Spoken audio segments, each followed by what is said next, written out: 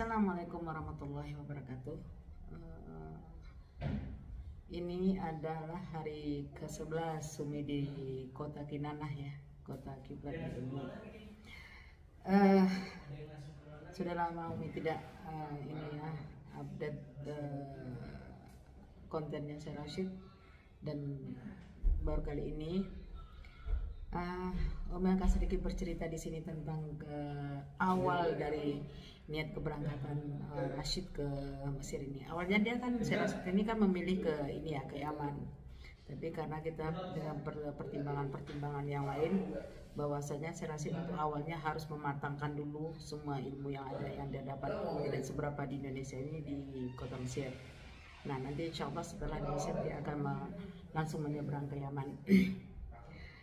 Persiapan mau ke Mesir itu penuh perjuangan Umi, penuh dengan cemoohan, penuh dengan cibiran, dan ya ada orang yang sudah berniat baik kepada Umi tiba-tiba memutus. Umi sempat kalang kabut, Umi sempat ya udah itu tidak perlu disebut, tapi alhamdulillah pada tanggal persiapan Rashid itu tidak lama, hanya 1,5 bulan pengurusan Kemenak dan visanya langsung siap. Biasanya nih yang Umi dengar itu kebanyakan cara pelajar Indonesia itu untuk berangkat itu mereka menunggu ada 3 bulan, ada 4 bulan, ada setengah tahun, ada yang 1 tahun bahkan. Nah, tapi alhamdulillah Allah mempermudah untuk jalannya Syekh Rashid. Dan bisa dibayangkan nggak ya, seorang Umi Rashid gitu yang punya latar belakangnya ya boleh dikata itu ilmunya tuh tidak seberapa ya. Kita kaji lagi kilas balik belakang masa lalu seperti apa gitu. Nah, tapi di hati Umi cuma satu, aku siap mengabdi kepada anakku yang lagi menimba ilmu agama. Dan dari situ aku hanya sedikit ingin mendapat keberkahan dari Allah Subhanahu wa Ta'ala. Dan pada saat saat keberangkatan kita dilepas dari Pekanbaru itu, ada momen yang hanya mungkin batin Umi saja yang bisa membaca gerakan di diri Syekh Rashid ya. Dia berharap sosok ayahnya hadir, memberikan semangat seperti yang lain-lain gitu, memeluk dia dan sekedar mengusap kepalanya, tapi itu tidak terpenuhi gitu. Dan ya udah, akhirnya itu semua terobati ketika gurunya datang dengan teman-temannya. Dan di sini Umi ingin berkisah sedikit tentang perjuangan Umi itu. Ketika Umi udah mantap untuk meninggalkan tanah kelahiran Umi tidak tahu nih kehidupan macam apa yang akan Umi hadapi di Mesir ini. Ya tapi bismillah, Umi berserah diri kepada Allah. Ketika langkah Umi bergerak meninggalkan kaki menuju pesawat mengantar Umi ke Jakarta, Umi masih anteng nih, masih bisa ya, karena itu kan masih ada waktu Umi menunggu di Jakarta gitu. Nah, ketika sudah 1 minggu lebih ya kita menunggu di Jakarta itu, dan ketika langkah kaki Umi mau diayun lagi ke bandara menuju pesawat yang membawa Umi ke Doha, kita transit. Di situ nervous Umi, stres Umi terjadi, dan entah kenapa kolab Umi malam itu, tensi Umi, kolesterol Umi sempat naik.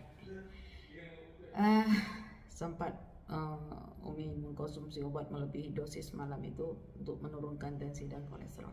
Sebenarnya bukan dengan obat, harusnya itu menenangkan diri itu dengan pikiran kita sendiri.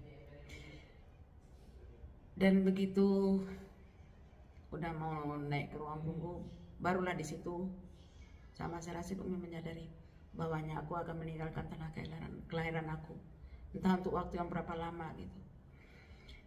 Di situ air mata jatuh dan entah kesedihan. Kalau kesedihan nggak tepat Umi bilang di sini. Yang ada tuh Umi bahagia, haru, dan bertanya ke diri sendiri, benar nggak aku ini sanggup berbuat seperti ini tanpa sendiri loh, single parent ya.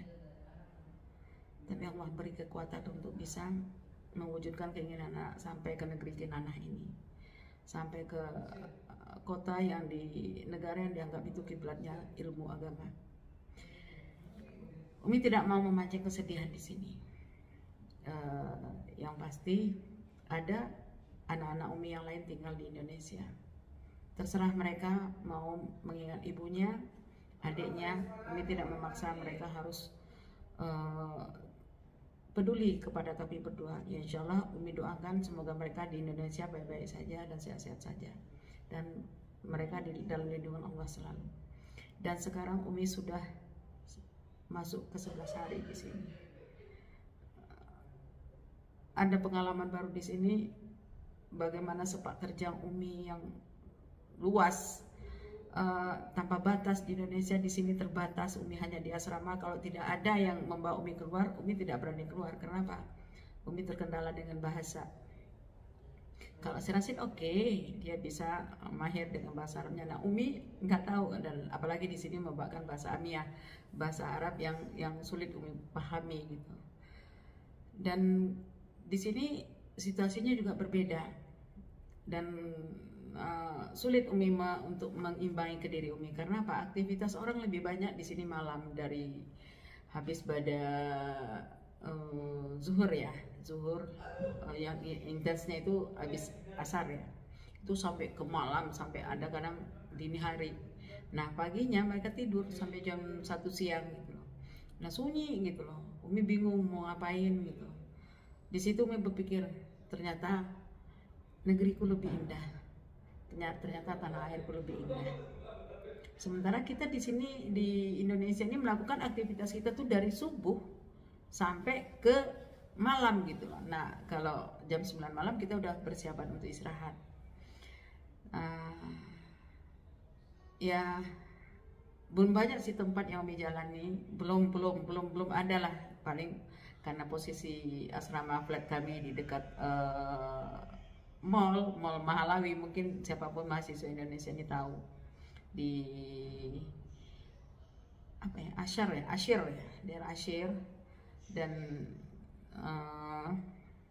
Umi bisa jalan kaki, tapi tidak bisa sendiri, harus ada yang menemani Umi gitu.